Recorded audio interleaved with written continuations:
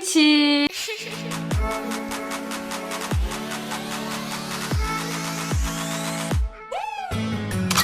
J'espère que vous allez bien. Aujourd'hui on se retrouve pour une nouvelle vidéo et on se retrouve pour une nouvelle JVDT. Aujourd'hui je vais vous parler de la mannequin énormément connue Naomi Campbell. En renseignant sur sa carrière, je me suis rendu compte qu'elle a eu beaucoup de problèmes avec la justice et qu'elle a un caractère très fort, limite violent. Et c'est donc de ça qu'on va parler aujourd'hui. Avant que la vidéo commence, n'oubliez pas de liker, de vous abonner.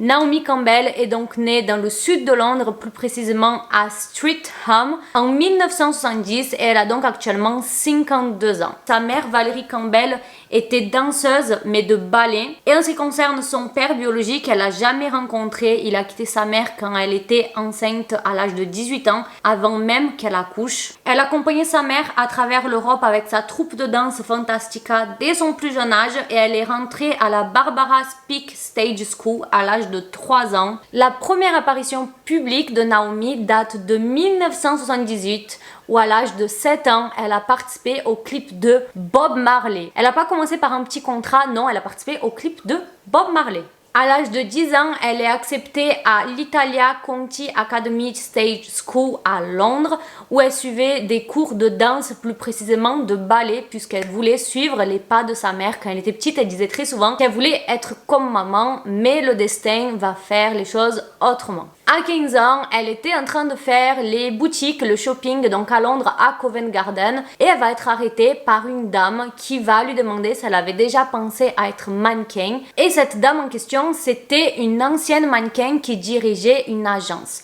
Naomi va dire qu'elle a été très choquée que cette dame lui ait adressé la parole à elle parce qu'elle était avec deux copines qui étaient blondes avec les yeux bleus et que Naomi, elle, faut savoir qu'au collège, ça se passait très mal, elle se faisait un peu bisuter.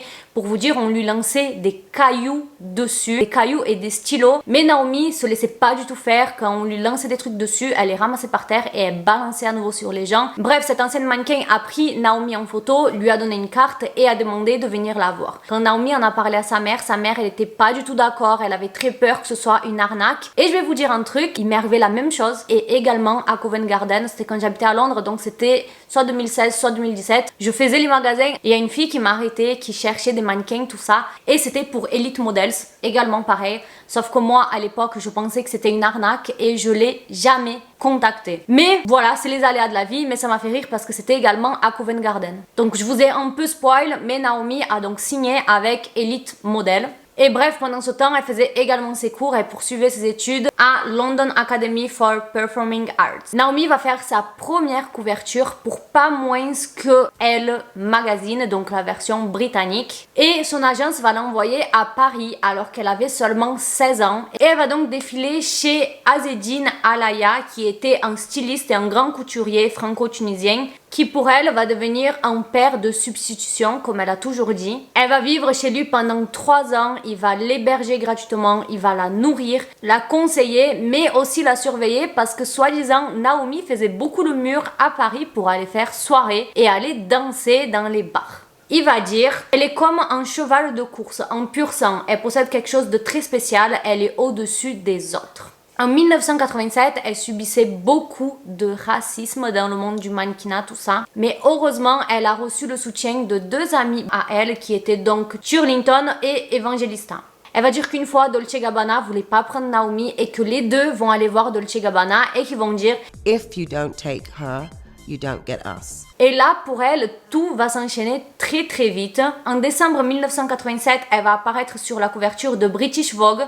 En août 1988, elle est devenue le premier mannequin noir à apparaître sur la couverture de French Vogue. Et l'année suivante, elle est apparue sur la couverture de Vogue américain, qui a marqué la première fois qu'une mannequin noire a honoré la couverture du magazine. Et d'ailleurs, elle a été énormément aidée par Anna Wintour. Elle va dire que Anna a beaucoup insisté pour qu'elle fasse la une de cette magazine de septembre. Elle a ensuite décroché une place pour le défilé de Yves Saint Laurent et à partir de là, elle était présente à chaque défilé. Elle était vraiment considérée comme la mannequin qui avait le meilleur catwalk de l'époque. Un créateur va dire par exemple, sa démarche sur ses longues jambes était confiante avec beaucoup d'attitude. Elle était clairement l'une des mannequins les plus convaincantes de la piste. J'ai toujours dit que c'était la mannequin qui défilait le mieux. Elle a une démarche incroyable, il n'y a vraiment rien à dire de négatif, c'est vraiment waouh. Et le pire c'est quand on lui a demandé comment elle a appris à défiler comme ça, elle va dire qu'elle a tout simplement demandé conseil à sa mère et sa mère elle va dire qu'elle n'a pas eu à faire grand chose parce que Naomi a toujours défilé comme ça. Dans les années 90, elle était clairement la mannequin incontournable. Toutes les marques, tous les créateurs voulaient d'elle, mais il faut savoir que c'était pas tout rose pour Naomi. En 1991, pour vous dire, le magazine People va dire qu'elle a été élue comme l'une des 50 plus belles femmes au monde,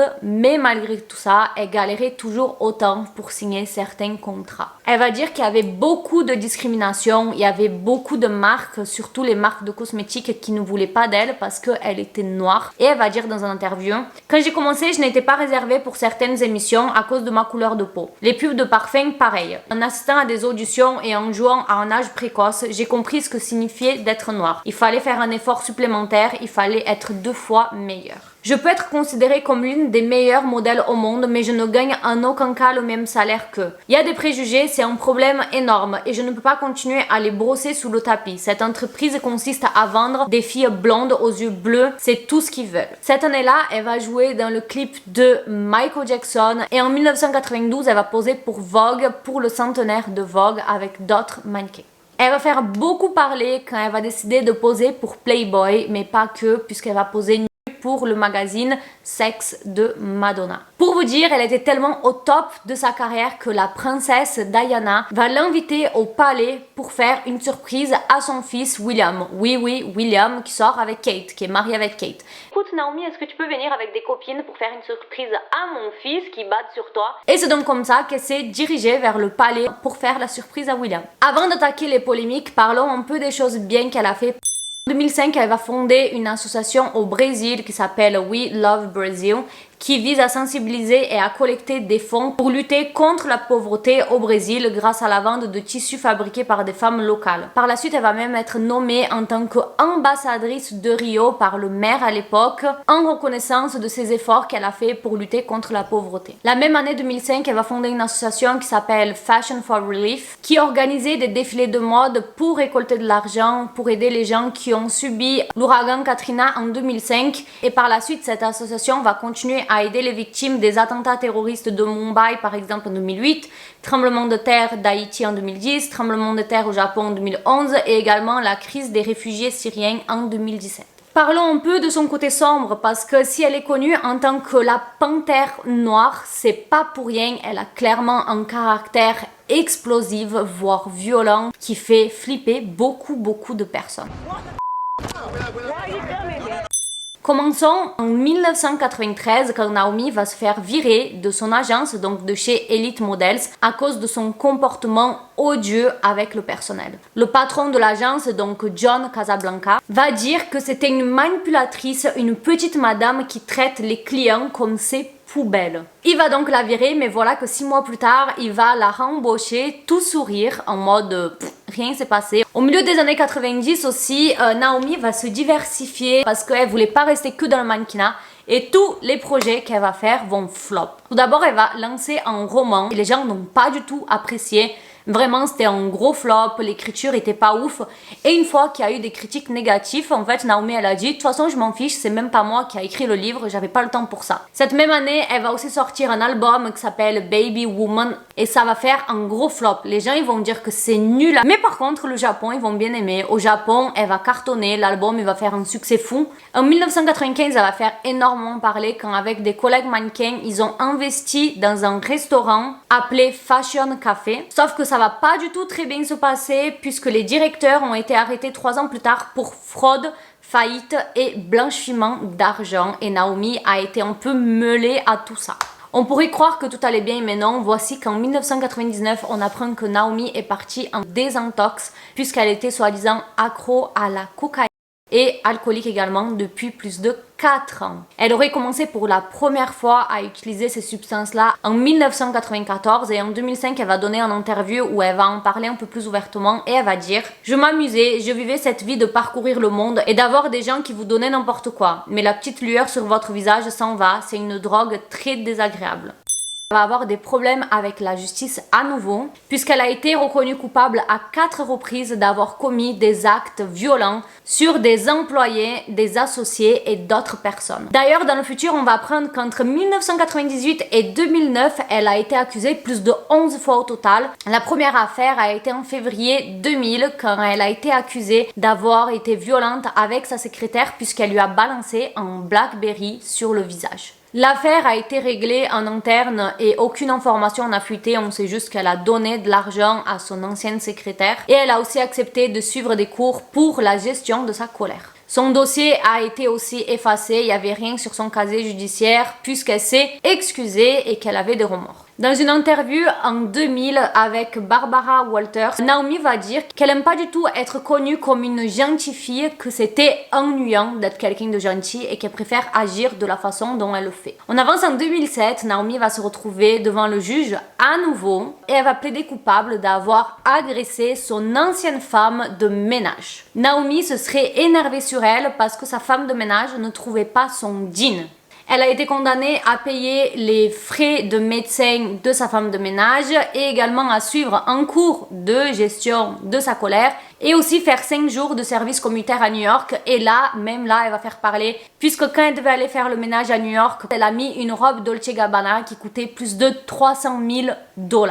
Nous voilà en juin 2008 et voilà que Naomi est appelée à nouveau au tribunal où elle a plaidé coupable d'avoir agressé 2 policiers plus un pilote d'avion. Faut savoir qu'elle avait craché sur les policiers et elle avait embrouillé le pilote d'avion parce qu'ils avaient perdu sa valise. Elle a été condamnée à 200 heures de travail d'intérêt général, une amende de 2300 $ et elle a été bannie à vie de British Airways. J'avais lu quelque part qu'elle avait été bannie de l'aéroport Heathrow, mais j'ai pas réussi à confirmer ça. En août 2010, elle va retourner au tribunal. Elle a dû témoigner lors d'un procès pour crime de guerre contre l'ancien président libérien Charles Taylor. Elle a été appelée à témoigner sur un diamant de sang qu'elle aurait reçu de la part de Taylor. Et franchement, je n'ai pas réussi à comprendre qu'est-ce que ça veut dire un diamant de sang. Elle aurait reçu donc ce diamant de la part de Taylor pendant un repas avec Nelson Mandela, de qui elle était très proche puisqu'elle le considérait même comme son grand-père. Tout ça, ça s'est passé en 1997. Elle a tout d'abord refusé de témoigner, mais finalement, on l'a obligée à témoigner et elle a dit que c'était un très grand inconvénient pour sa carrière.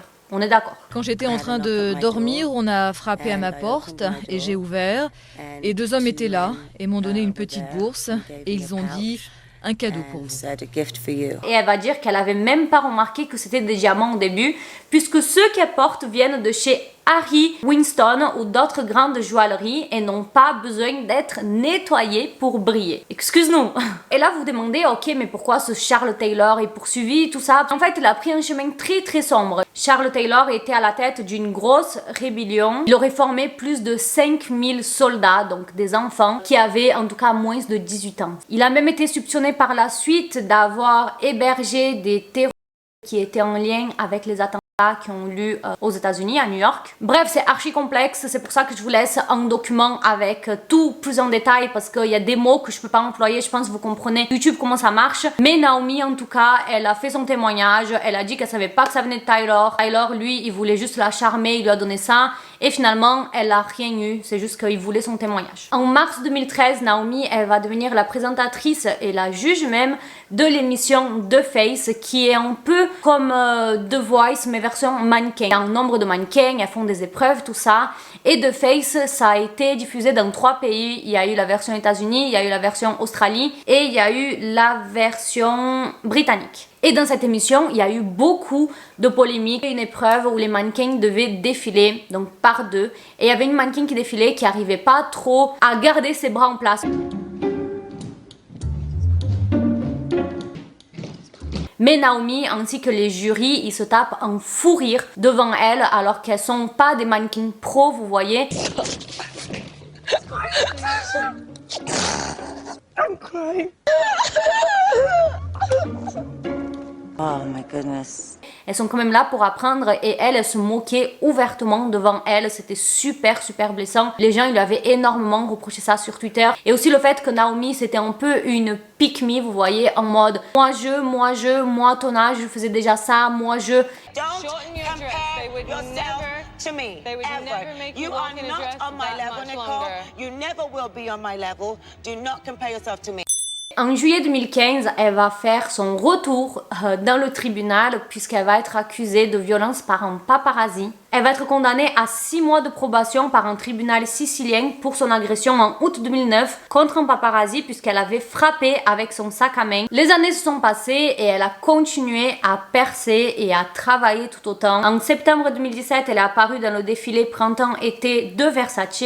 En février 2018, Campbell et Moss sont revenus sur le podium et ont clôturé le dernier défilé de mode masculin de Kim Jones pour Louis Vuitton. En 2019, elle a reçu son premier contrat beauté de sa carrière avec Nars Cosmetics. Je ne sais pas si vous vous rendez compte, mais son premier contrat beauté a été en 2019, alors qu'elle défile depuis les années 90. Et voilà qu'en août 2019, elle va faire énormément parler à nouveau, puisque son nom va être retrouvé dans le carnet d'adresse de Jeffrey Epstein. Mais il n'y avait pas que ça, puisqu'il y avait également des photos d'elle avec Jeffrey et également avec sa femme Maxwell. Sur les photos que vous avez sur l'écran, par exemple, c'était l'anniversaire de Naomi et on peut voir que Jeffrey était invité ainsi que sa femme. Jeffrey, il est en violet et sa femme, elle est en bleu. Et on peut voir aussi l'esclave sexuel de Jeffrey, qui était cette fille qui était très jeune quand elle a commencé à travailler pour lui. Et c'est également la même fille qui avait été photographiée avec le prince Andrew. Elle va expliquer sur sa chaîne YouTube, puisqu'elle va dire que oui, elle connaissait bel et bien Jeffrey, mais qu'elle n'était pas du tout au courant de tout ce qu'il faisait. Elle va dire qu'il a fait est indéfendable. Quand j'ai entendu ce qu'il avait fait, ça m'a rendu malade, comme tout le monde. Parce que moi aussi, j'ai eu ma part de prédateurs. Et Dieu merci, j'ai eu des bonnes personnes autour de moi qui m'ont protégée de cela. Sauf que les gens de l'entourage de Jeffrey ont dit que le discours de Naomi était totalement faux, qu'elle connaissait très bien le couple et qu'elle traînait très souvent avec son ex-femme et qu'elle était au courant de ses agissements. Peut-être qu'elle n'était pas au courant de tout, mais en tout cas elle était au courant de ce qui se passait dans son île privée.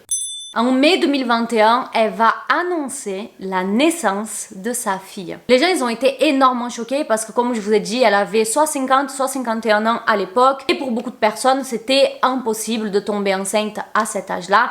Et voilà donc la rumeur qui a éclaté comme quoi que Naomi avait adopté son enfant. Faut savoir qu'aucune photo d'elle n'a été divulguée quand elle était enceinte, alors qu'elle avait été aperçue plusieurs fois dans la rue, mais elle portait des trucs larges, donc on peut pas savoir si elle était enceinte ou pas. En février 2022, Naomi avait pris la parole pour le magazine Vogue en disant que sa fille n'avait pas été adoptée. Et pour l'instant, elle n'a pas encore dévoilé le nom de sa fille, ni également qui est le père, c'est toujours le mystère. Parlons un peu d'amour, je vais faire vite parce qu'il y a quand même pas mal de monde.